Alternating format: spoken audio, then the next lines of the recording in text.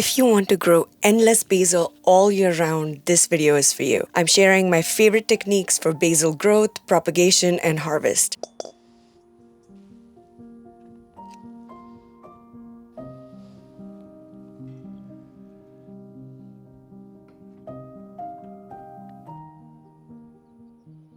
Even when I had a tiny apartment and no balcony to grow any vegetables, I have always grown herbs.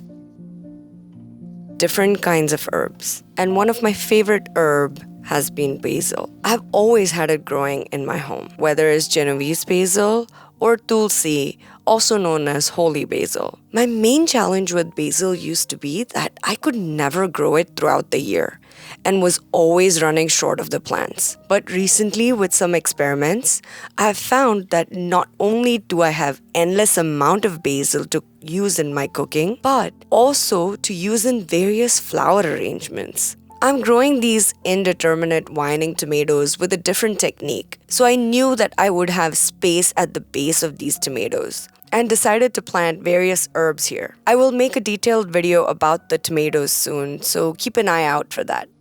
To have endless basil all year round, there are two things that you need to do: pruning and pinching. I prune the top 3/4 inch of the plant just above the leaf nodes where the new leaves are forming. More leaves will grow at this stage if you prune it. It also helps the plant in doubling the amount of leaves produced on that stem. About once in 2 to 3 days, I will come and prune the tops off and keep them in water in my kitchen so that they're available whenever I need them. Treat basil leaves like flowers, so if you stick them in a glass of water, they will stay fresh for a few days. Fresh basil leaves will also keep for 1 week in the fridge and in the freezer for a month or two, but they taste best when they are fresh. In this technique of pinching, it involves only taking off the leaves rather than the stems, like we did in pruning.